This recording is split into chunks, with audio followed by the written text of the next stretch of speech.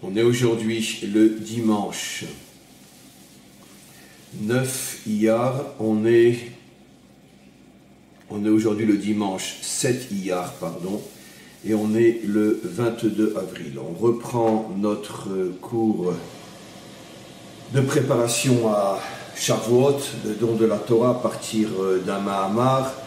Le Mahamar, pour ceux qui veulent le suivre, se trouve donc dans le livre des Mahamarim du Rabbi, Or Lehe Sivan Erev Chag HaShavuot, l'année Tav Shin Mem Tet, pour ceux donc qui peuvent suivre en hébreu directement. On ne va bien sûr pas faire un résumé de tout ce qui a déjà été dit, des cours extrêmement importants, extrêmement profonds, et il y a eu effectivement une interruption, vous avez compris, parce que il y avait différents événements qu'il fallait absolument expliquer, auxquels il fallait se préparer, comme Yom HaShoah, Yom HaZikaron, Yom HaTzma'ut. Et on revient maintenant à un cycle un petit peu plus normal, je ne sais pas pour combien de temps, mais en tous les cas, aujourd'hui, on reprend notre Mahamar, on continue à se préparer à la fête de Shavuot, le don de la Torah.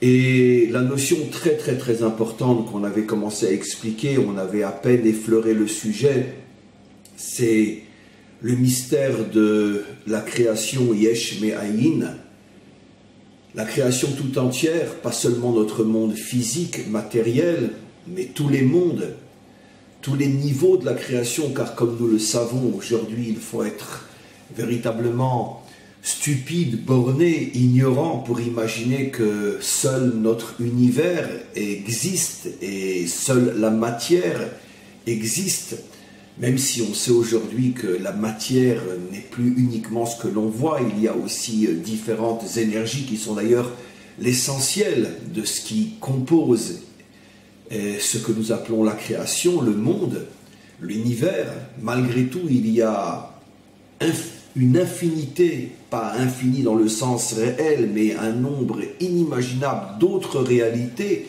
d'autres mondes qui, eux, n'ont pas l'enveloppe matérielle, physique ou énergétique que nous connaissons dans notre univers, qui sont des mondes plus spirituels, mais des mondes qui existent véritablement et qui d'ailleurs sont beaucoup plus puissants, beaucoup plus grands à tous les niveaux, quantitativement et qualitativement sont beaucoup plus grands que notre univers. Et donc l'ensemble de cette création qui, encore une fois, englobe à la fois la dimension physique, matérielle, les énergies telles que nous les connaissons dans notre univers, et des mondes qui ont une structure, qui ont un habit, une expression totalement différente de notre univers, l'ensemble de ces mondes, l'ensemble de cette création provient du principe que nos maîtres appellent Yesh Me'ayin, en français la création ex nihilo, mais je n'utiliserai pas cette expression parce qu'elle ne veut strictement rien dire. En hébreu, ce qui sert donc de makor, de source à toutes les traductions, on dit Yesh Me'ayin. Yesh, c'est-à-dire donc quelque chose à partir de rien. Alors, cette notion, quelque chose à partir de rien, je l'avais déjà expliqué dans d'autres cours, c'est absolument impossible de le prendre tel quel, parce que ce n'est pas à partir de rien, c'est à partir du maître du monde, de sa force, de sa volonté, de ses énergies. Donc, ce n'est pas à partir de rien.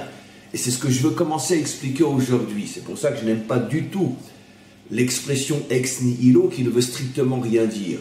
Yesh Me'ayin, ça veut dire que le maître du monde, qui est le Yesh par excellence, qui est la réalité par excellence, qui est on pourrait dire la source absolue par excellence, évidemment qu'il n'est pas rien, il est tout sauf rien, il est l'absolue réalité. Donc encore une fois, créer à partir de rien ne veut strictement rien dire. Alors c'est là qu'intervient dans le langage de la Chassidoute l'expression Atzma'ut, qu'on traduit dans un premier niveau par l'essence, mais qui aussi signifie indépendance. D'une manière tout à fait providentielle, on vient de fêter il y a quelques jours Yom HaTzma'ut, la fête de l'indépendance, c'est le même mot, à une lettre près, mais c'est la même racine. Atzmut, qui signifie l'essence, signifie aussi Atzma'ut, qui signifie l'indépendance. Mais l'indépendance, quand il s'agit du divin, on parle d'une indépendance absolue. Ça veut dire qu'il ne dépend de rien. Il est l'indépendance absolue, la liberté absolue, sans la moindre restriction, sans la moindre limite, sans la moindre contrainte. Et donc on commence à comprendre maintenant le lien entre les deux expressions. D'un côté, on nous dit que la création est à partir de la Atzmut, à partir de l'essence, à partir, d'après la nouvelle traduction, de l'indépendance absolue. Et d'un autre côté, on nous dit que la création est Yesh Me'ayin, quelque chose à partir de rien. Alors comment concilier les deux termes? On comprend que ce n'est pas à partir de rien dans le sens à partir du néant, car évidemment, je me répète, je le sais, mais c'est très très important pour vous sortir de cette vision complètement fausse liée aux traductions ex nihilo. Ce n'est pas à partir de rien, bien évidemment, puisque ce qui précède la création et ce qui est d'ailleurs toujours à l'intérieur de la création, c'est le maître du monde, qui est l'absolu contraire du rien, qui est l'absolu contraire du néant.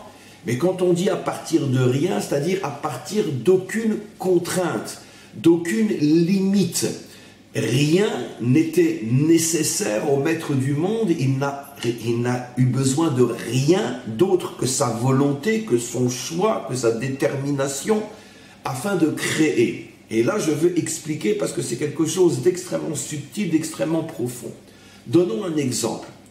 Comment dans notre réalité, on est à l'extrême opposé de cette création Yesh Me'ayin, en ce sens que nous, d'ailleurs, on ne peut pas utiliser en hébreu le terme bria pour l'homme, car bria signifie créer, mais créer à partir de rien. Et vous allez voir que le mot bria n'est pas possible au niveau de ce que l'homme crée. Pourquoi? Parce que quand l'homme veut construire une maison, il a besoin d'utiliser des éléments sans lesquels il ne pourra pas construire. Il a besoin de pierre, il a besoin de sable, il a besoin de ciment, il a besoin de bois, il a besoin de fer, etc. Ce sont des éléments finalement qui se trouvent à l'extérieur de lui, indépendamment de lui, et qui, d'une certaine manière, l'obligent, le contraignent à utiliser ces éléments pour qu'il puisse créer. Un homme ne peut pas dire, tiens, j'ai envie de créer à partir de l'air, j'ai envie de créer à partir, j'ai envie de construire une maison avec de l'air, j'ai envie de construire une maison avec de l'eau. Maintenant, même s'il pouvait le faire, quoi qu'il en soit, il est obligé d'utiliser de l'air ou d'utiliser de l'eau. Ce qui veut dire qu'encore une fois, il y a une certaine contrainte, une certaine limite. Et l'homme ne peut pas décider, je veux construire avec mon imagination, je vais penser et tout d'un coup la maison va apparaître. C'est absolument impossible. Tu es obligé d'utiliser des choses qui sont mises à ta disposition par le monde qui est à l'extérieur de toi, mais qui forcément, c'est une contrainte, puisque tu es obligé de passer par ces matériaux. D'ailleurs, la raison pour laquelle l'homme a construit depuis toujours des maisons en pierre, c'est parce que c'est la seule chose que lui procure la nature pour plus ou moins se protéger et être à l'abri des intempéries, du froid, du chaud, etc. Maintenant, si le monde avait été différent, s'il avait existé d'autres matériaux, l'homme se serait servi de ces autres matériaux, mais là aussi, il est limité. Parce qu'encore une fois, il ne peut construire qu'à partir de ce qu'on lui donne. Dans tous les autres domaines, c'est exactement la même chose. Dans le domaine de la pensée, dans le domaine de la parole, je parle avec les lettres, les mots, les phrases qui sont mises à ma disposition. Et donc je ne peux pas parler autrement qu'en utilisant les règles du français si je parle en français, les règles de l'anglais si je parle en anglais, les règles de l'hébreu si je parle en hébreu. Et si je veux voyager, je peux aller à pied, je peux aller sur un cheval, sur un âne, une voiture, un train, un avion, mais peu importe. Je suis obligé de passer par quelque chose. Je ne peux pas imaginer tout d'un coup, allez, je veux me retrouver là-bas, hop, je suis là-bas. Sauf dans les films de science-fiction. Et supposons même, je vais plus loin, que je puisse imaginer, je suis à Jérusalem, hop, je me projette à New York. Mais malgré tout, je suis passé par quelque chose qui est limité, qui me limite, ma pensée, mon imagination. Et je suis limité aussi par rapport au point qui détermine mon voyage. Je pars de Jérusalem, j'arrive à New York. J'ai un commencement, j'ai une fin. J'ai aussi une direction. Je traverse l'Atlantique. Et donc, quoi qu'il en soit, il est absolument impossible, supposons même que l'homme puisse se créer à partir de son imagination, puisse voyager à partir de son imagination, de toute façon, quelque part, il existera toujours une limite qui t'oblige à passer par un certain système, par une certaine structure. Donc, tu ne peux en aucun cas réaliser quelque chose à partir de rien. Tu es obligé de surfer sur ce que, finalement, on met à ta disposition. Et même si, c'est pour ça que j'ai pris l'exemple de l'imagination, même si justement avec la technologie, on s'aperçoit que finalement, on se libère de plus en plus des structures lourdes, pesantes de la matière. Aujourd'hui, on peut parler avec quelqu'un qui est à des milliers de kilomètres avec uniquement une petite boîte en fer ou en plastique, et les énergies qui permettent la liaison entre les deux portables ne sont pas visibles, on ne peut pas les toucher, mais pourtant elles existent. Mais quoi qu'il en soit, on est obligé, même si on a affiné la connexion entre deux personnes qui sont éloignées de plusieurs milliers de kilomètres, on a affiné la connexion, je ne suis plus obligé d'aller jusqu'à l'endroit où il vit, ou lui venir chez moi pour qu'on puisse se voir et se parler. On peut même se voir maintenant tout simplement en utilisant aussi l'appareil. On a l'impression qu'on est l'un à côté de l'autre, même si c'est plus ou moins du virtuel. Quoi qu'il en soit, on a limité énormément, et on est sorti, on a limité les limites, ou on est sorti complètement des limites précédentes, mais quoi qu'il en soit, il y a des limites encore. On est obligé d'utiliser un portable, on est obligé d'utiliser, c'est ce que fait la technologie, les énergies qui sont mises à notre disposition, mais il est absolument impossible, et ça c'est vrai pour dans des milliards et des milliards et des milliards et des milliards d'années, même si les choses vont s'affiner, s'affiner, s'affiner, s'affiner, il est absolument impossible de se libérer entièrement, absolument, d'un minimum de structure, de règles, de limites que nous impose la réalité dans laquelle nous vivons. Donc c'est la raison pour laquelle l'ensemble de cette réalité, même affinée jusqu'à des niveaux extrêmement subtils, s'appelle dans le langage codé des maîtres d'Israël Mitzrayim. Mitzrayim, c'est-à-dire l'ensemble des structures, Metzar, limite. L'ensemble des structures, l'ensemble des règles, l'ensemble des limites. L'univers tout entier, la création tout entière, y compris les mondes supérieurs, les mondes spirituels, s'appelle dans le langage des maîtres Mitzrayim, car rien dans ce monde est totalement libre d'agir, de faire, sans tenir compte d'un minimum de structure qui forcément le limite, le contraignent et finalement le soumettent d'une certaine manière. C'est ça aussi à un niveau extrêmement subtil, et bien sûr, ça n'a plus rien à voir avec l'esclavage dans les chantiers en train d'être fouettés et construire des pyramides, mais c'est ça aussi le sens extrêmement subtil que nous étions esclaves, évêdes en Égypte. Ça veut dire que tu ne peux pas ne pas être soumis à des structures, à des règles qui te contraignent et qui t'obligent finalement à baisser la tête et à te soumettre, parce que tu vis Bemitzrayim, tu vis dans un monde extrêmement exigeant. Et même si effectivement le maître du monde t'a donné la possibilité d'affiner les structures, d'affiner les limites, au point qu'effectivement aujourd'hui, grâce à la technologie, un homme est des milliards et des milliards de fois plus libre que ne l'était l'homme il y a 500 ans ou 1000 ans par rapport à ses capacités, ses possibilités, ne serait-ce encore une fois de pouvoir être connecté avec le monde entier en quelques secondes. Le monde aujourd'hui est devenu un petit village où je peux parler et voir tout le monde et en appuyant sur un bouton. Malgré tout, il y a encore des limites. On ne peut en aucun cas échapper complètement aux limites. Ce qui veut dire que la notion de bria, de création yesh me'ayin, et la notion de Hatzmut, la notion d'indépendance dans le sens divin du terme, sont des notions qui sont complètement étrangères à notre réalité. En français, on dit l'homme est un créateur, mais en hébreu, on ne pourra jamais dire l'homme est un boré. Parce qu'il ne peut pas être un boré, il a besoin de quelque chose pour avancer. Même si, encore une fois, la technologie va atteindre des niveaux qu'on ne peut même pas imaginer aujourd'hui, la technologie et la science, c'est malgré tout le résultat de l'utilisation de mon cerveau. Et mon cerveau, c'est pas moi qui peux décider de ses structures et de comment il est, et où il est, comment il fonctionne. Le cerveau m'est imposé. Donc là aussi, tout ce que je vais découvrir, inventer, tout ça sera le résultat finalement d'une structure qui, dès le départ, n'est pas quelque chose que j'ai créé moi-même. Elle m'est imposée. Donc tout ce qui va sortir du cerveau est forcément limité. Si on avait un cerveau complètement différent, peut-être qu'on serait capable, et on ne peut pas l'imaginer, d'atteindre des niveaux qui sont impensables aujourd'hui.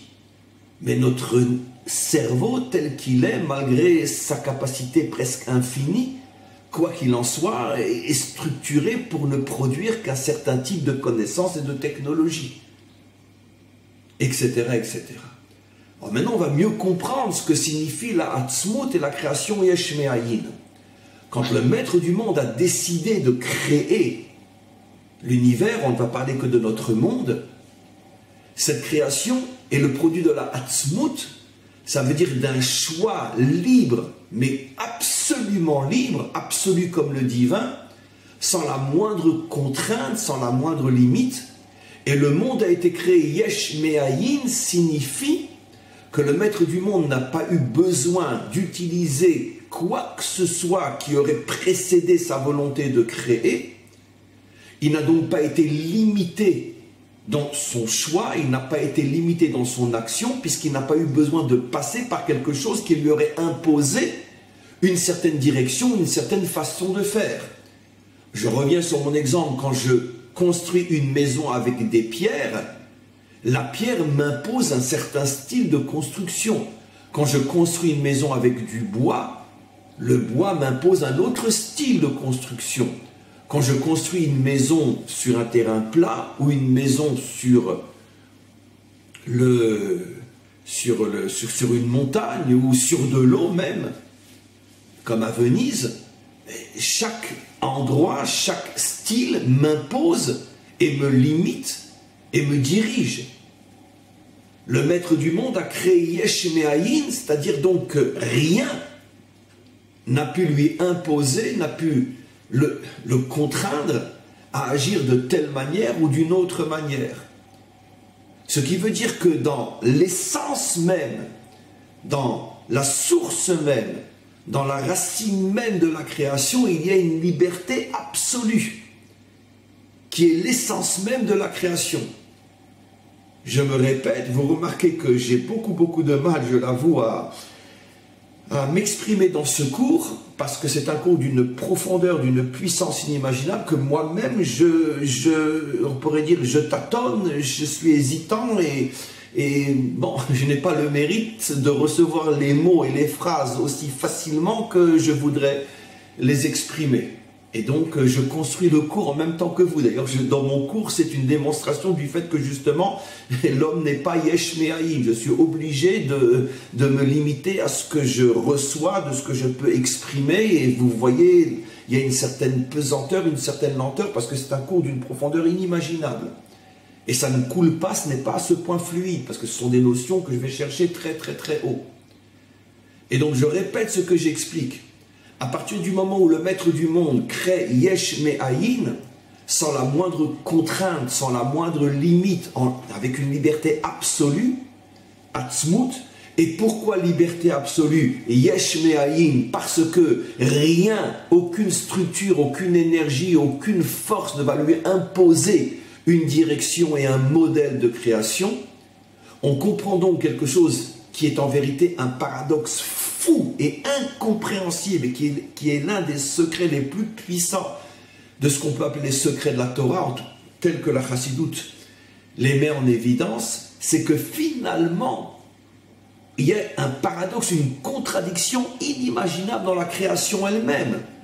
D'un côté, la source première de la création est une expression de liberté absolue sans la moindre contrainte, yesh me'ayin, et d'un autre côté, le monde qui va apparaître est l'expression la plus structurée, la plus limitée, la plus contraignante que l'on puisse imaginer.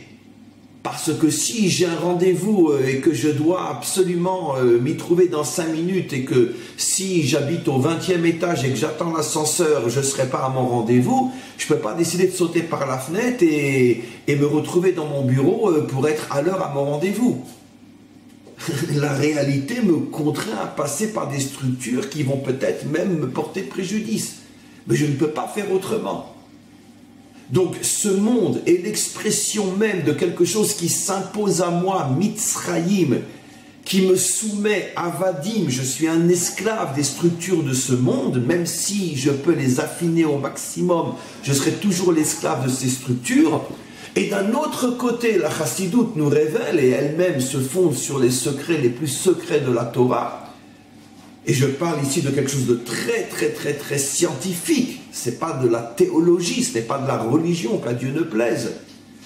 L'essence première de la création est l'expression d'une liberté absolue. C'est-à-dire qu'il y a une énergie de liberté absolue cachée au plus profond de ce monde qui est l'expression la plus absolue de la prison et des limites. Je donnerai un exemple qui me vient comme ça à l'esprit.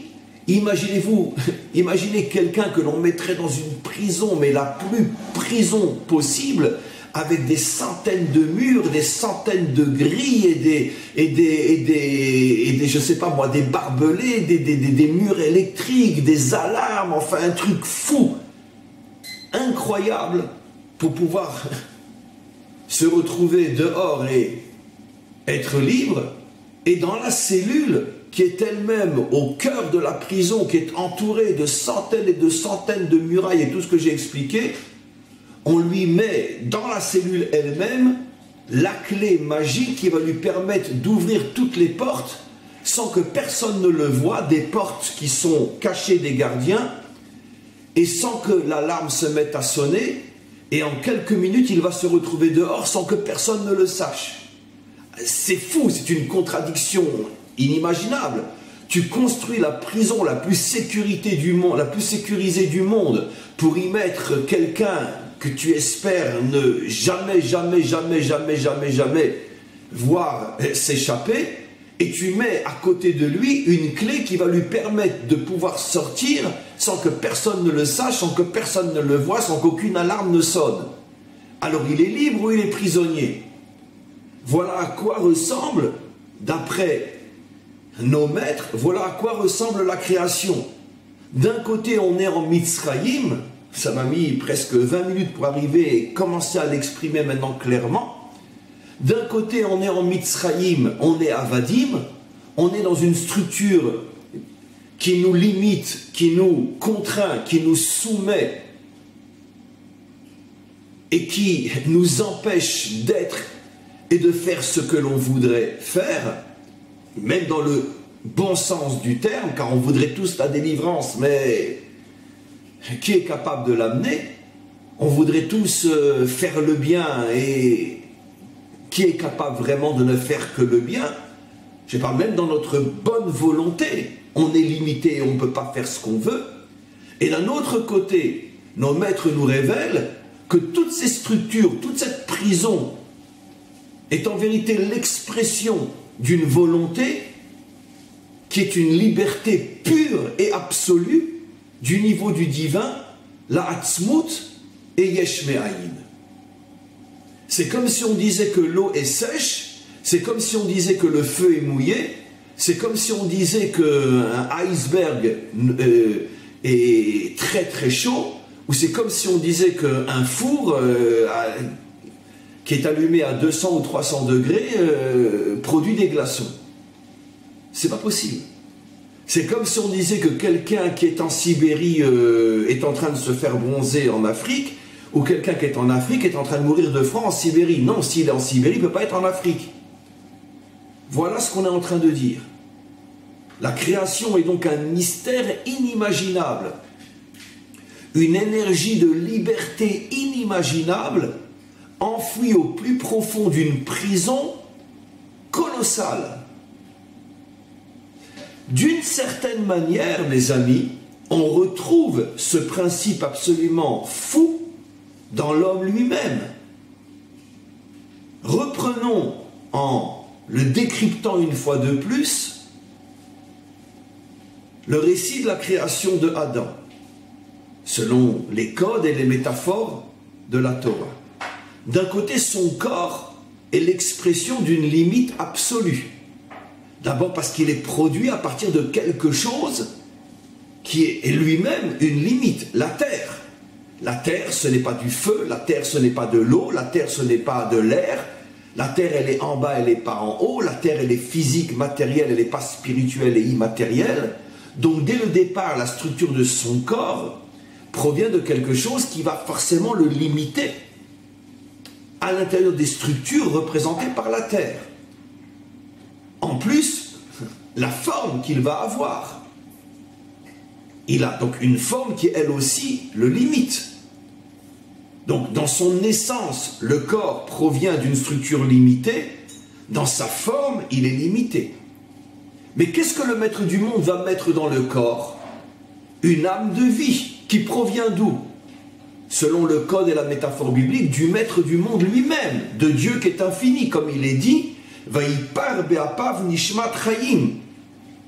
Le maître du monde a fait sortir de lui, il a soufflé dans le corps une âme de vie, il a insoufflé dans le corps une âme de vie. Évidemment, c'est une métaphore, mais tout le monde comprend avec un minimum de bon sens l'idée inimaginable qui se cache derrière cette métaphore, comme l'explique le Tanya et d'autres.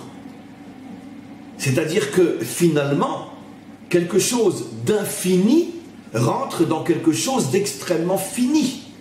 Pourquoi je dis infini? Parce que si le maître du monde avait voulu que l'âme elle-même ait une structure finie, alors de la même manière qu'il a créé le corps, il aurait pu créer l'âme. On aurait pu très bien avoir un verset qui nous dit, après avoir créé le corps, Dieu créa l'âme et prit l'âme et l'a mis dans le corps. Mais ce n'est pas ce qui est dit. On ne voit pas que l'âme a été créée, l'âme sort du divin. C'est pour ça qu'on voit dans le livre de Job, par exemple, que Job dira que l'âme est chelek elokam ima'al. C'est une partie du divin. C'est une métaphore, encore une fois. Mais l'idée, on la comprend. C'est-à-dire que l'âme échappe complètement aux structures de la création. Elle est une émanation de Dieu lui-même. Donc, elle est comme la source qui lui a donné vie, infinie. Comment l'infini peut-il se trouver à l'intérieur du fini? D'ailleurs, nos maîtres nous disent, l'âme ne peut pas rentrer entièrement dans le corps. Les deux parties les plus hautes de l'âme, la yechida et la chaya, ne peuvent pas rentrer dans le corps, parce que ces deux parties-là incarnent l'essence de l'âme, qui, venant de Dieu, est forcément infinie. Ne peuvent rentrer dans le corps que les rayonnements de cette essence, comme les rayons du soleil. Le soleil ne peut pas se trouver sur Terre, sinon la Terre disparaîtrait. Seulement ces rayons peuvent arriver sur Terre. La chaleur du soleil, c'est des milliards de degrés Celsius. Le rayon arrive sur Terre, c'est 50, 60 maximum. Vous imaginez la réduction. Mais quoi qu'il en soit, il y a malgré tout une connexion entre l'âme infinie et le corps fini. Comment c'est possible? C'est d'ailleurs ce que l'on exprime dans une prière que nos maîtres nomment la plus belle de toutes, la prière Asher Yatzar, qui se termine par Umaflila Asot. On dit au maître du monde, l'être humain est un pélé, est un prodige, est une merveille, est quelque chose. Bon, toutes ces traductions, c'est traductions françaises, mais en vérité, c'est très dur à traduire. C'est extraordinairement fou. La création de l'homme. Pourquoi? Comment l'infini peut-il se connecter au fini? D'un côté, l'homme a l'impression d'être extrêmement limité s'il ne vit qu'au niveau de son corps, et d'un autre côté, il possède en lui une clé qui est la clé de l'infini, qui est son âme. Le problème, c'est qu'il ne sait pas s'en servir ou il ne sait même pas qu'il a cette clé à sa disposition. C'est exactement l'image de la prison de tout à l'heure. Le corps étant une prison, l'âme étant la clé qui permet de sortir de cette prison. Maintenant, si je reviens encore une fois à l'exemple de la création, c'est exactement la même chose. On a l'impression qu'on vit dans un monde extrêmement fini, mais à l'intérieur, au plus profond de ce monde, se cache une structure, on va dire nishmatique, ce souffle divin, qui est l'essence même de la création, car tout a commencé avec ce souffle divin, yesh me'ayin, quelque chose à partir de rien, c'est-à-dire un acte de liberté absolue.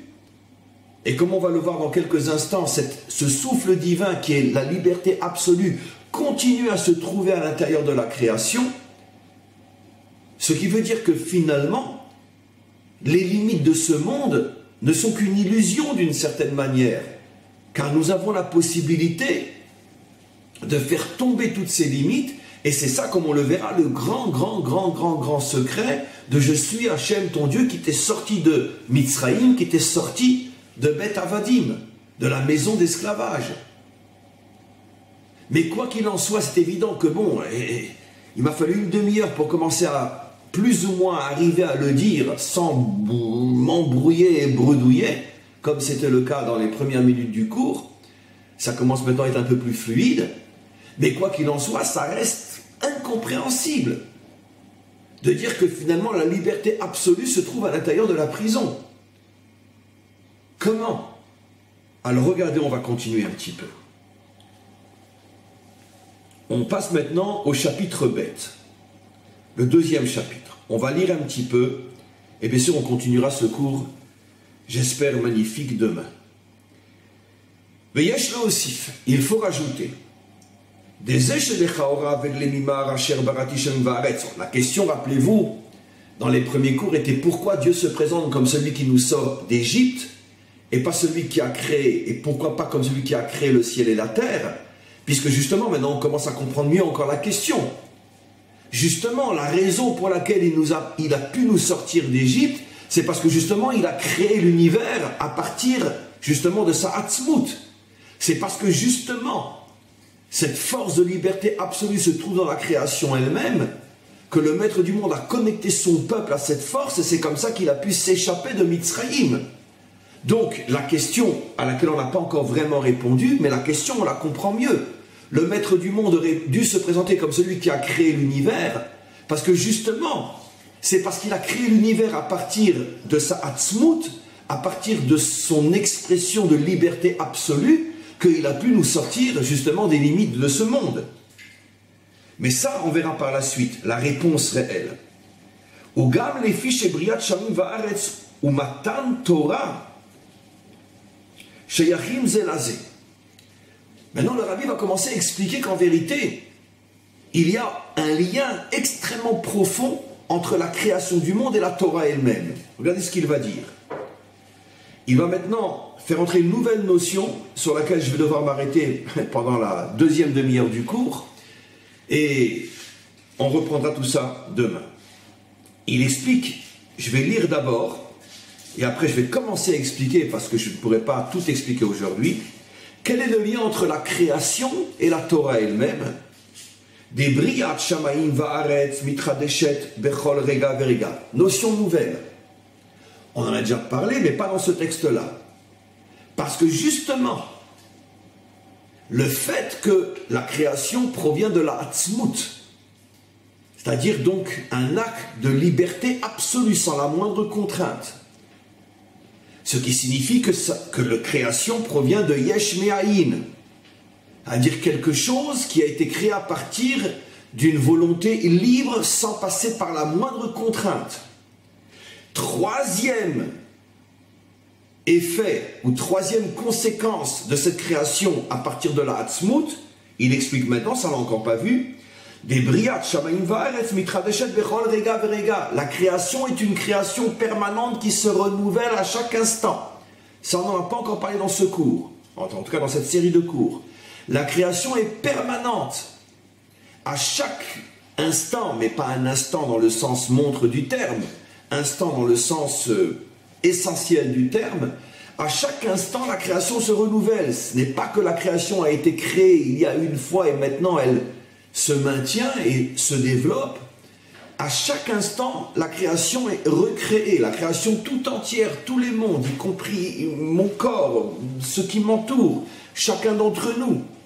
Ça aussi, c'est quelque chose de fou, d'absolument fou, parce que non seulement nous n'avons aucune possibilité de le ressentir, mais nous voyons, ressentons, comprenons tout le contraire.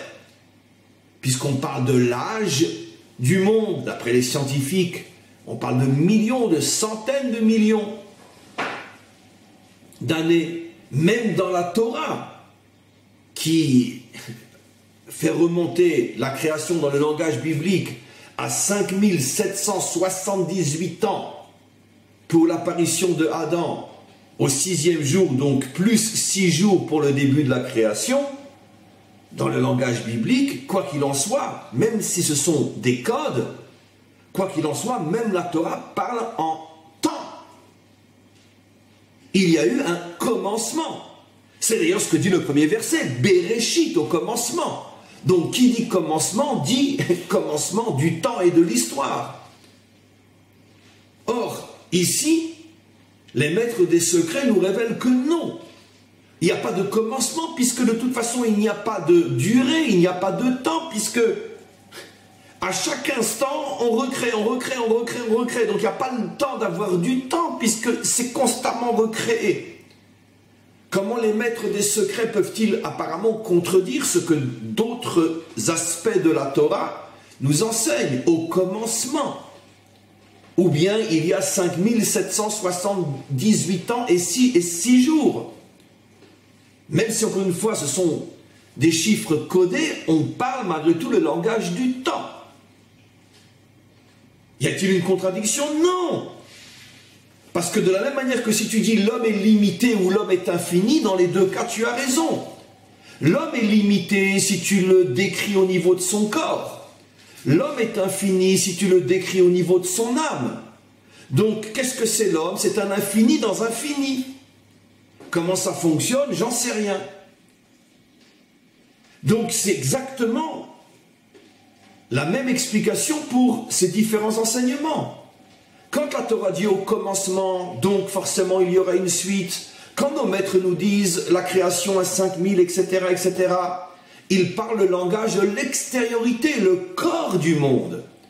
Mais les secrets de la Torah expliquent l'âme du monde, l'intériorité du monde. Et dans l'intériorité, on est dans l'infini. Il n'y a pas de temps. On est complètement au-dessus du temps. Il n'y a pas le temps d'avoir du temps, puisqu'il n'y a pas le temps puisque dès que c'est créé, c'est recréé.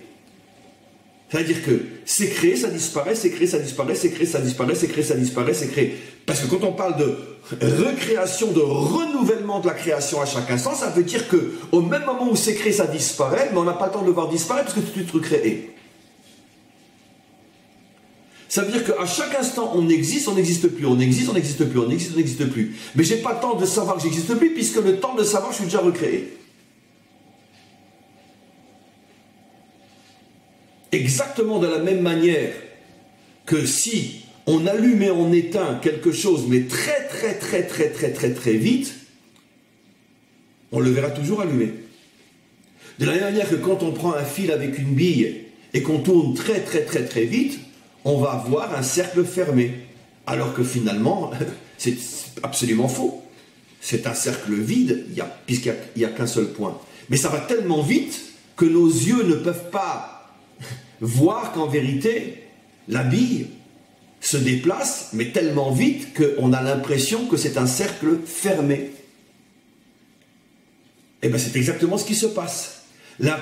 L'univers est créé et disparaît tellement vite qu'on n'a pas le temps de se rendre compte qu'on est créé, qu'on disparaît, qu'on est créé, qu'on disparaît. Alors bien sûr, la question qui se pose, c'est à quoi ça sert tout ça?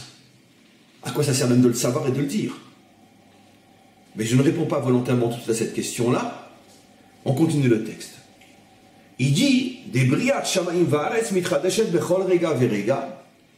la création est permanente, elle se renouvelle à chaque instant, Ketorat Baal Shem Tov, comme l'a révélé le Baal Shem Tov, à partir d'un verset, mais c'est une notion qui est bien sûr inscrite dans les secrets de la Torah, bien avant le Baal Shem Tov. Le Baal Shem Tov, le fondateur de la Chassidoute, l'a mis en évidence à partir d'un verset dans les psaumes, un verset du roi David qui dit Leolam Hashem Dvarecha Nitzav Hashamaim.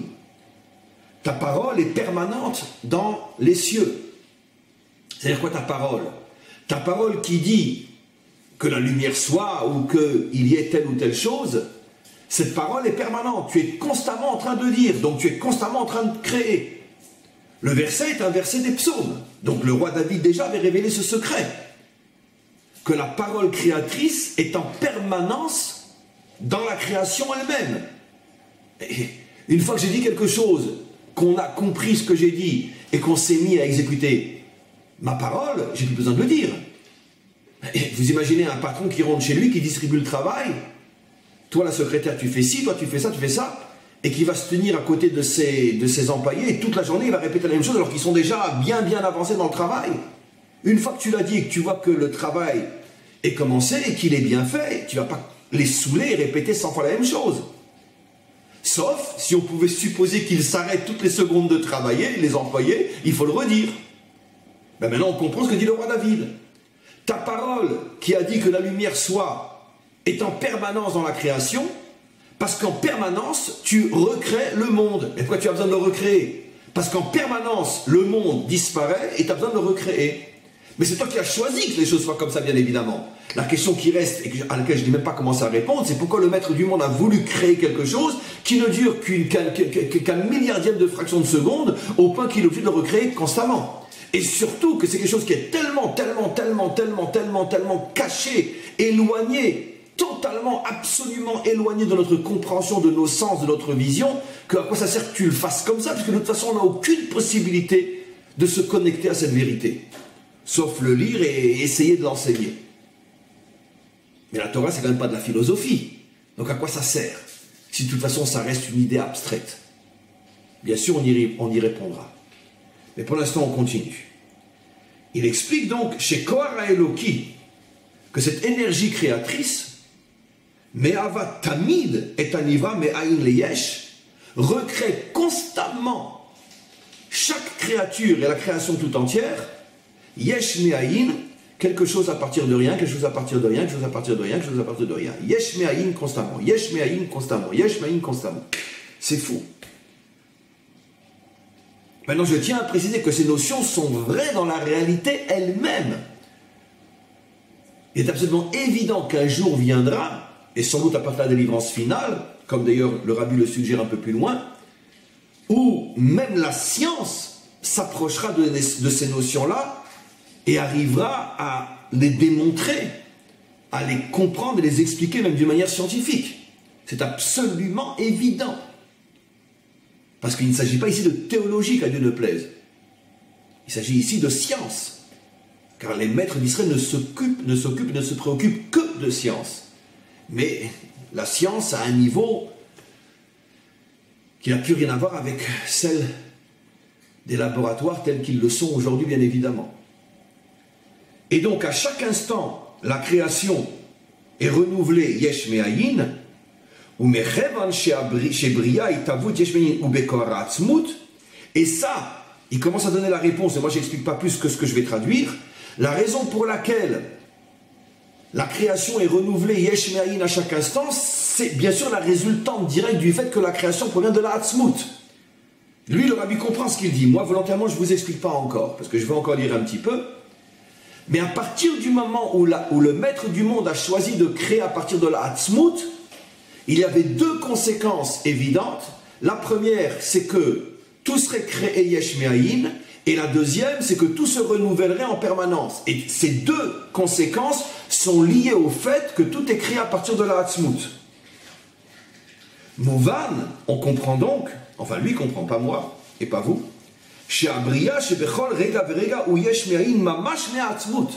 quand on dit que la création se renouvelle yesh me'ayin à chaque instant, c'est me'atzmut, c'est parce que justement il se répète, parce que tout provient de la atzmut. Si Dieu avait choisi de créer le monde d'une autre manière, on n'aurait pas eu ces principes-là, mais ça n'aurait pas du tout été l'existence telle que l'on connaît, et on ne serait jamais sorti d'Égypte.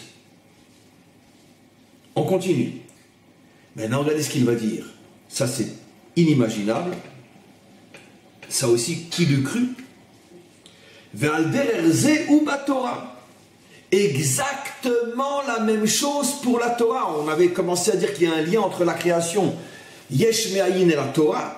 La Torah elle-même, chez Nitna, Imea Atzmut, la Torah provient de la même source que la création, elle aussi provient de l'essence de la Atzmut, d'une force de liberté absolue.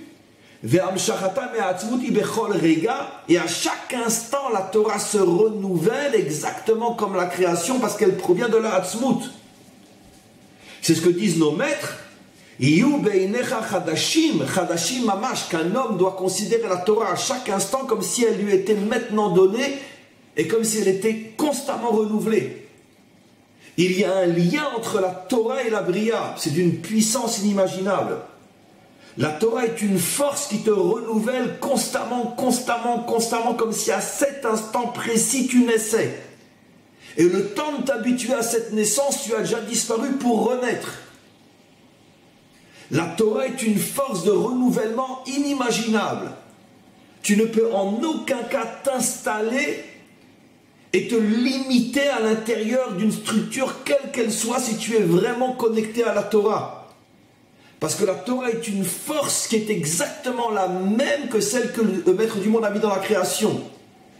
Un renouvellement permanent, révolution permanente dans le véritable sens du terme.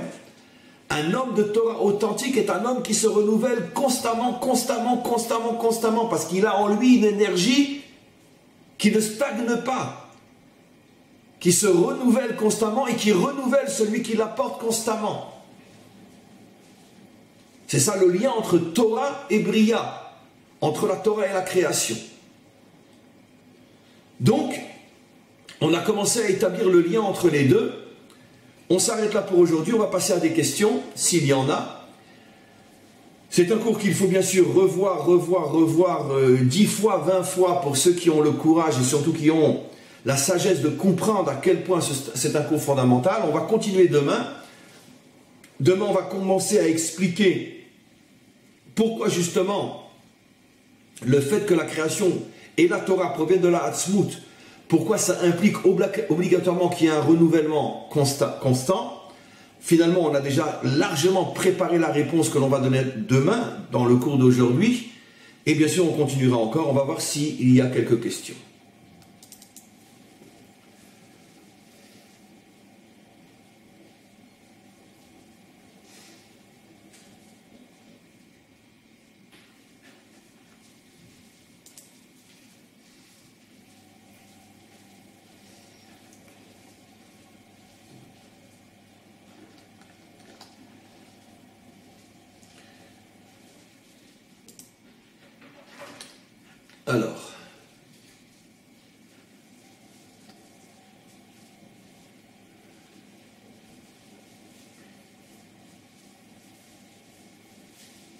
Alors, Masson, dans la profondeur des océans, il y a des formes de vie incroyables qui reflètent peut-être cette liberté de création.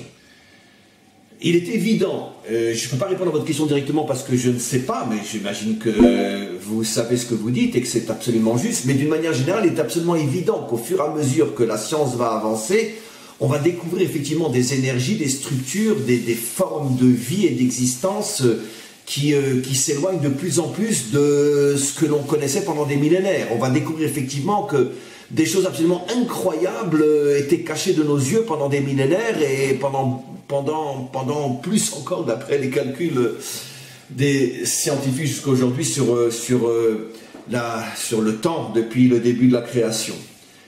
Et tout ça, bien sûr, pour nous habituer, pour nous former petit à petit à cette découverte qui va commencer à se dévoiler avec la délivrance finale, que finalement, au fur et à mesure qu'on va se rapprocher de l'essence de la création, on va sentir qu'on se rapproche du divin, on va sortir de toutes les limites, de toutes les structures, et on va commencer à toucher à l'infini.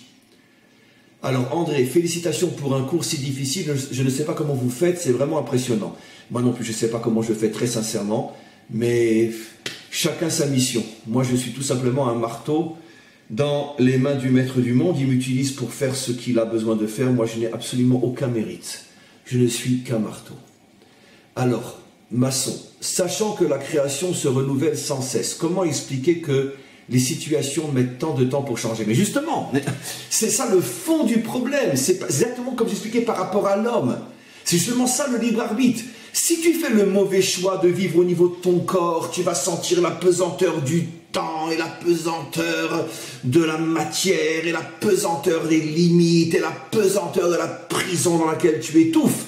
Et si tu fais le bon choix qui est le choix de la profondeur, le choix de l'essence, le choix de l'âme, tu vas te sentir comme un oiseau avec des ailes et tu vas sentir que tu es au-dessus du temps, au-dessus de l'espace. Tu vas sentir qu'il n'y a plus de limites. C'est ça le secret de la sortie des limites, la sortie d'Égypte, dont le peuple juif est le premier peuple sur terre qui a expérimenté justement la notion. C'est ça la sortie d'Égypte. C'est pas la sortie des pyramides, qu'à Dieu ne plaise. C'est pas de ça qu'on parle. Bon, ça, vous l'avez tous et toutes compris. C'est inimaginable le secret de la sortie d'Égypte. Inimaginable. Et donc, ça dépend du choix que tu fais. D'après la fin du cours d'aujourd'hui, si tu fais le choix de ta propre compréhension, tu vas sombrer dans la prison des limites de ce monde. Si tu fais le choix de la Torah, si tu te connectes à la Torah, tu te connectes à une énergie qui se renouvelle constamment, qui provient de la Hatzmout, et tu vas te sentir libre et libéré, tu vas pouvoir être aussi un libérateur. C'est quoi le Mashiach finalement? Ça sera l'homme le plus connecté qu'il n'y a jamais eu sur terre à la Torah, qui va se connecter à cette énergie de renouvellement et de liberté absolue, et qui va transmettre cette énergie de liberté au monde entier, qui va libérer le monde entier. Je vous ai révélé en une phrase le secret de la délivrance, le secret du Mashiach. Un homme connecté d'une manière absolue à la Torah. Et donc il sera lui-même constamment en renouvellement permanent, et tous ceux qui s'accrocheront à lui seront renouvelés eux aussi, et libérés eux aussi. Didier, Shalom Rav. Le matin, il est dit Elokai neshama shenatatabi teora. Ata berata, ata yetzarta. On retrouve Elokim, Bria et Yetzira, mais pas Asiya. La neshama est donc, elle est renouvelée sans cesse. Bien sûr, bravo, absolument. On dit que la neshama est une Bria. La neshama a été créée aussi dans le sens yesh me'in, ça veut dire elle exprime une force de liberté absolue, ce qui n'est pas le cas du corps. Naaseh Adam, faisons l'homme, c'est le mot Asiya qui est dit quand Hachem crée le corps, à partir de la terre. Mais l'âme est appelée une Bria, parce que justement, dans la terminologie des secrets de la Torah, le mot Bria signifie une énergie qui se renouvelle constamment. Et l'âme se renouvelle constamment elle aussi, puisqu'elle-même est l'expression du divin, qui n'est absolument pas figée. La meilleure définition de la liberté, c'est le renouvellement. Car dès que tu t'installes dans un système, tu as perdu ta liberté. Pourquoi toutes les révolutions et tous les révolutionnaires sont devenus des dictatures et des dictateurs plus grands encore que ceux qu'ils avaient fait tomber? Parce que justement, une fois la révolution réalisée, on s'installe dans un système et on perd toute liberté. Et on devient encore plus oppressant que celui qu'on a fait tomber. J'ouvre une parenthèse, c'est aussi le secret extrêmement fabuleux et positif et un cadeau du ciel, si j'ose dire, pardonnez-moi, l'exil. Le fait que le peuple juif a été éparpillé, a constamment été chassé, on s'installait ici, on a été chassé, on s'installait ici, on a été chassé.